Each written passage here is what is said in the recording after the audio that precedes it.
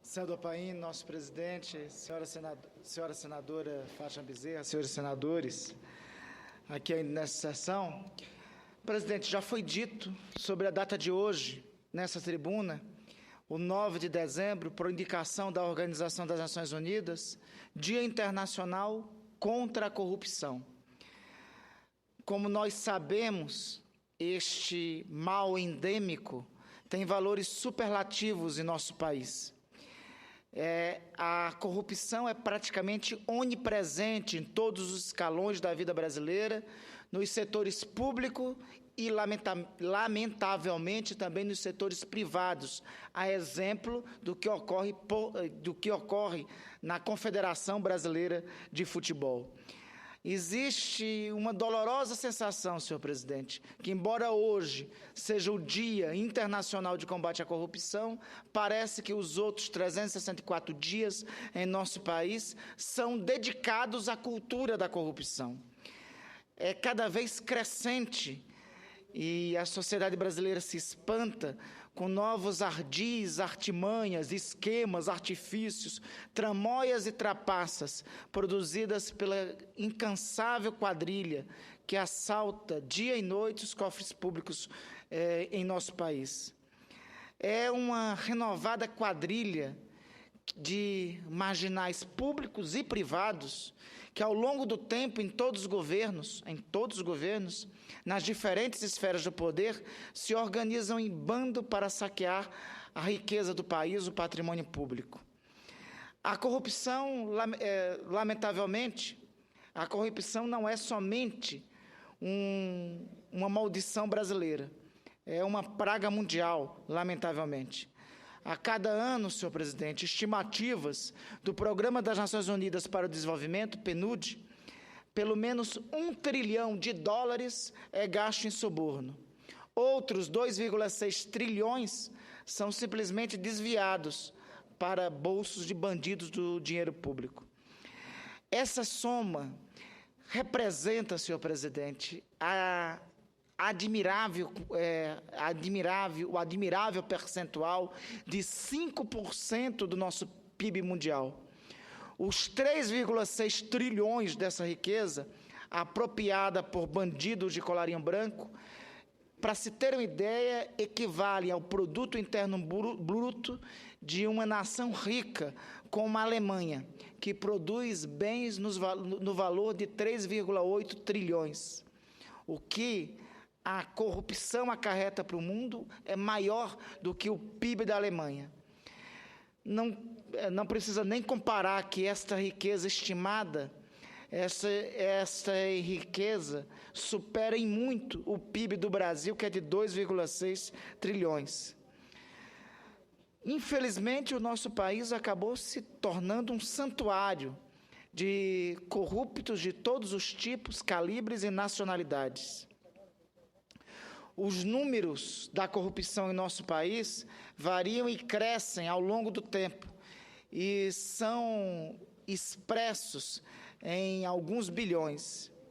Para se ter uma ideia, no final da década passada, um estudo do Departamento de Competitividade e Tecnologia da Fiesp estimava que os prejuízos da corrupção em nosso país totalizavam 69 bilhões anuais, algo em torno de 2,3% do PIB nacional.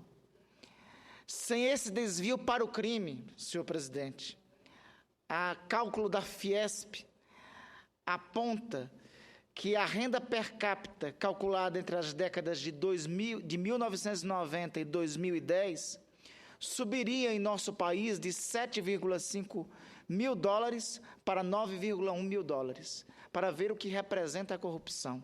O dinheiro canalizado para a corrupção fosse distribuído igualmente per capita no país, nós teríamos um acréscimo de 30%, de 35% na renda per capita do brasileiro.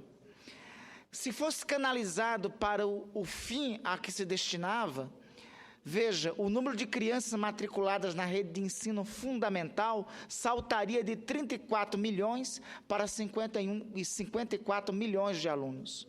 O analfabetismo, que corresponde a 9% da população ativa no país, seria zerado, representaria isso, zerar o analfabetismo.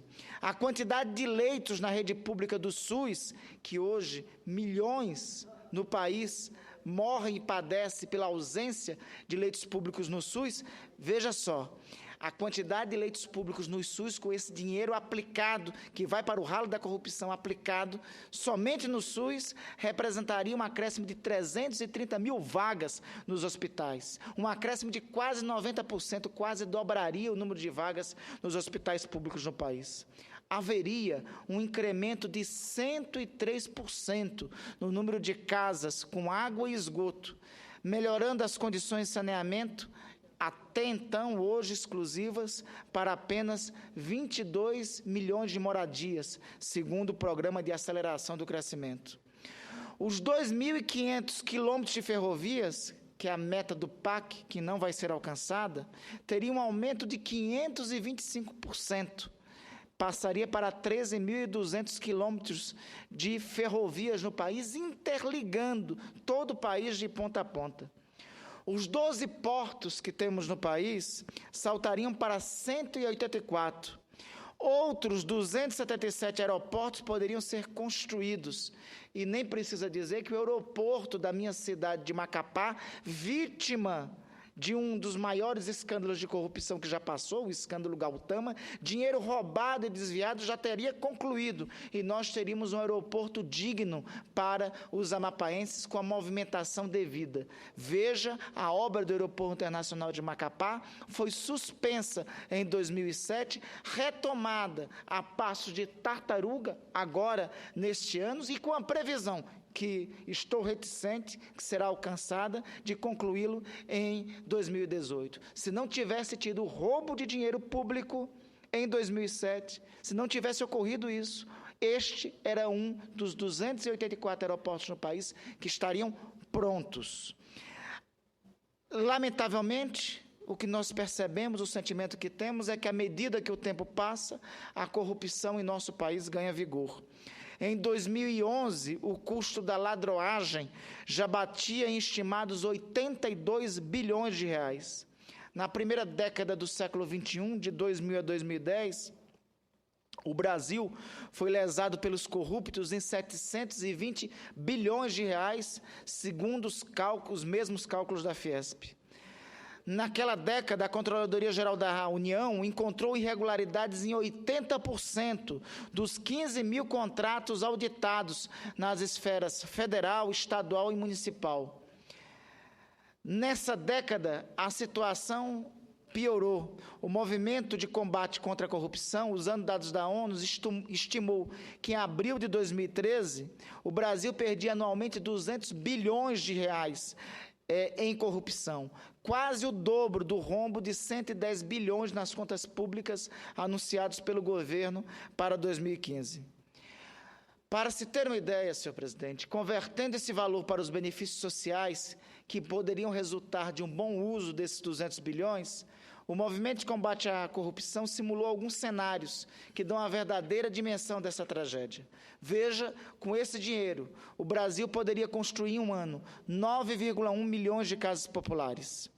Em 3 anos, todos os 27 milhões de brasileiros, hoje sem casa, estariam com sua moradia. Em 3 anos. Todo ano, o governo poderia comprar 714 milhões de cestas básicas, o suficiente para acabar com qualquer resquício de fome no Brasil e qualquer resquício de miséria. Essa quantia seria suficiente para manter 46 universidades públicas, quase 2 universidades públicas por estado, com porte e nível da Universidade de São Paulo.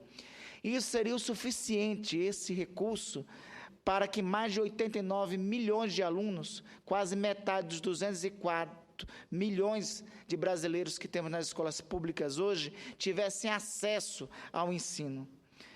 Com esse recurso, o Brasil poderia, em um ano, construir 70 mil quilômetros de ferrovias também multiplicando a nossa malha ferroviária.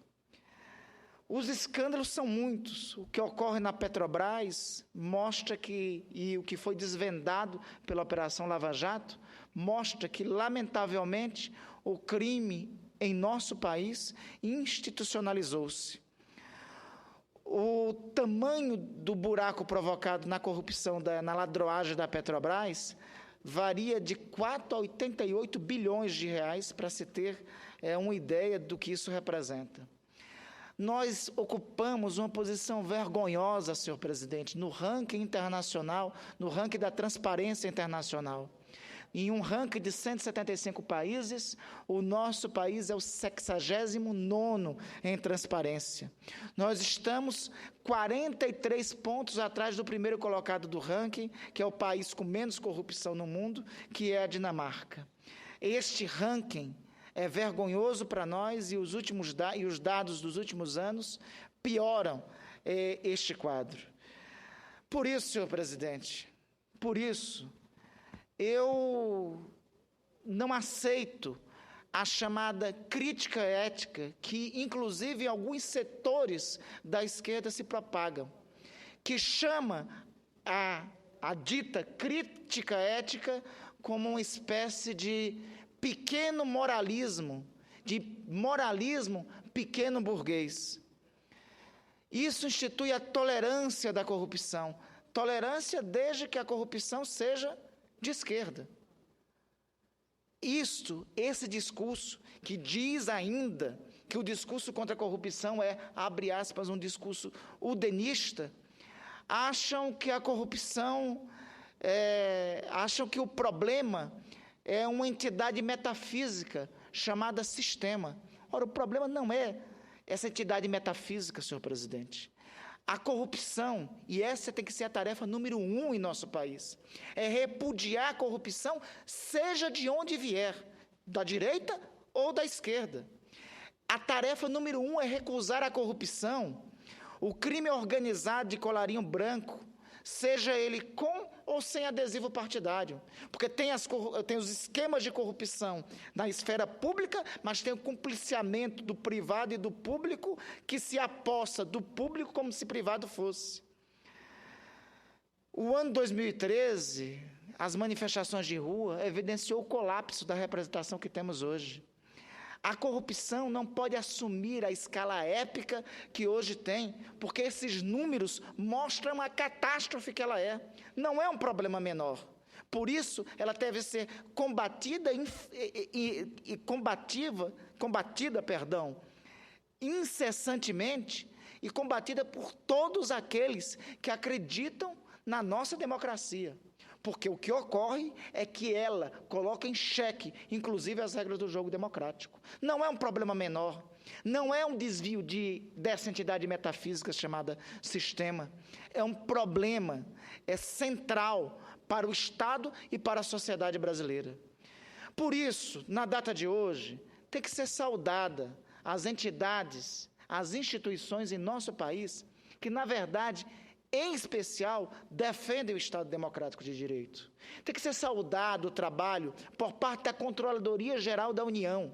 E não pode existir, em momento algum da história do país, quaisquer ameaças sobre o funcionamento e sobre o status da CGU. Ao contrário, a CGU tem que ter assegurada, como prevê em uma proposta de emenda constitucional que tramita nessa casa, a autonomia necessária para estar independente de poder executivo ou de qualquer outro poder, para ter a tranquilidade para o exercício dos seus afazeres e suas atividades. Tem que ser saudado a atuação de heróicos procuradores da República.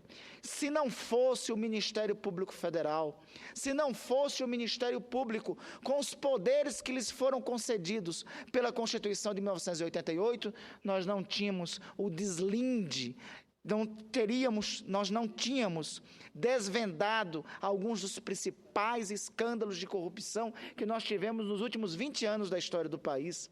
O caso PC foi devido à atuação do Ministério Público. O que ocorreu no chamado mensalão foi devido à atuação também do Ministério Público. O anterior resultou aqui na CPI do Cachoeira foi devido à atuação especial do Ministério Público Federal, assim como a atual Operação Lava Jato se deve à atuação independente de heróicos procuradores da República. Não é somente, há de se destacar também a atuação de instituições que não podem ter nenhum tipo de intervenção, como a Polícia Federal.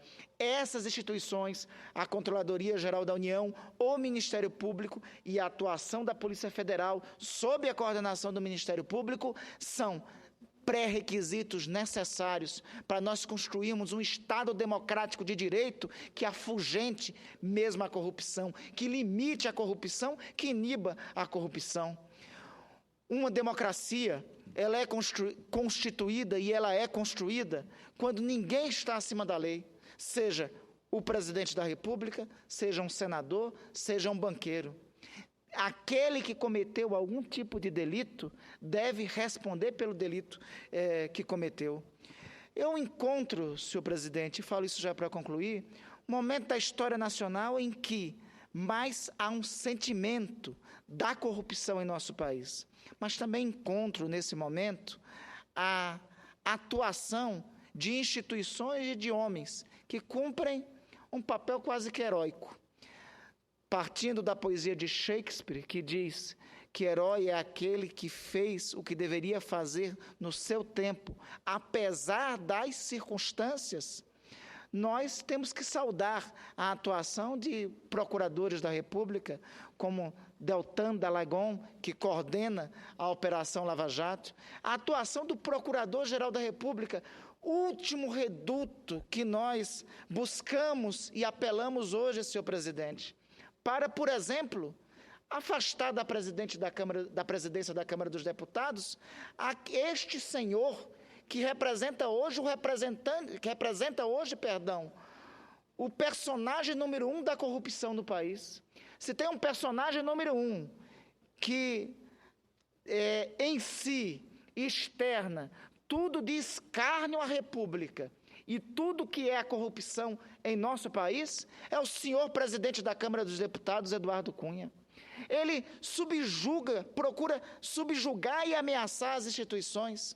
Ele subverte a vontade democrática. Ele é uma ameaça para o Estado democrático de direito.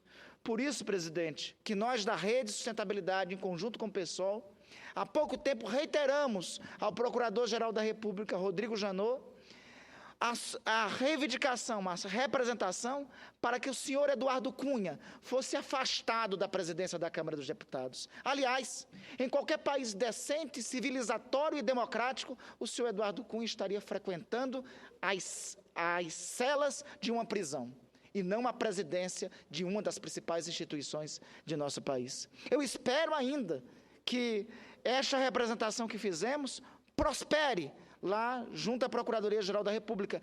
Última raia e refúgio que temos para a defesa do Estado Democrático de Direito.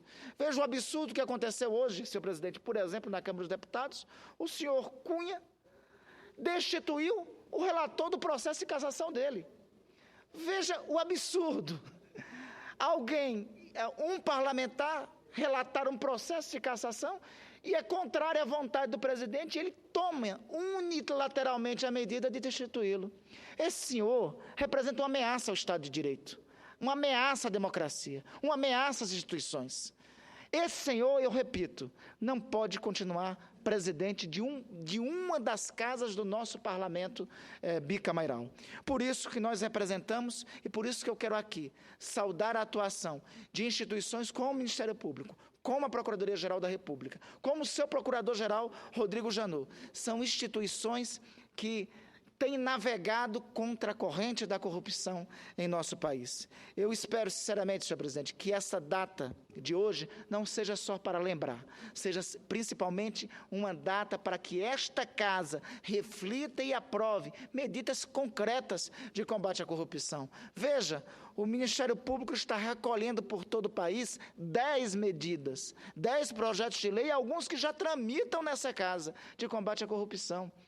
O Ministério Público deverá encaminhar, dentro de pouco, essas medidas aqui para casa, com a assinatura de pelo menos mais de 1 milhão de brasileiros. Não é possível que nós não não possamos dar um exemplo, dar um sinal à sociedade brasileira que o Congresso Nacional também adota instrumentos de combate à corrupção.